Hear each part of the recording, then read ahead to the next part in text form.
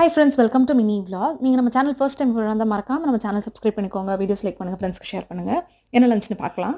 Plain biryani செய்யலான்னு plan பண்ணேன். அப்புறம் பச்சை பட்டாணி மட்டும் ஆட் பண்ணியிருக்கேன். இதுக்கு நான் எப்படி ப்ரிப்பேர் பண்ணேன்னு உங்களுக்கு ஷேர் பண்ணுறேன்.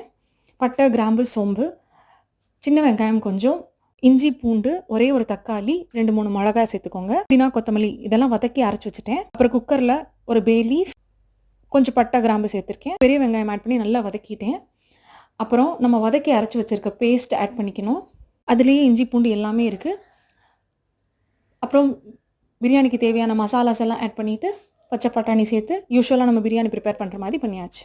டிப் ஆஃப் த டே என்னன்னு பார்த்துக்கலாம். எப்பயுமே சமையலுக்கு காய் கட் பண்ணுறதுக்கு முன்னாடி கையில் எண்ணெய் தேய்ச்சிக்கிறது நல்லது. அப்புறம் சமையல் வேலை எல்லாம் முடிஞ்சதுக்கப்புறம் கொஞ்சம் சீக்கிரம் தேய்ச்சி கையை வாஷ் பண்ணிங்கன்னா கருப்பு கருப்பாக வராது. குக் பண்ணுறதுனால சிலர் கையெல்லாம் ரொம்ப கருப்பாகும், அந்த மாதிரி ஆகாது. அப்புறம் ஆனியன் ரைத்தா, கொஞ்சம் சுண்டல், கர்ட் ரைஸ் ப்ரிப்பேர் பண்ணியிருந்தேன். நாளைக்கு மினி vlogல பார்க்கலாம். பாய்.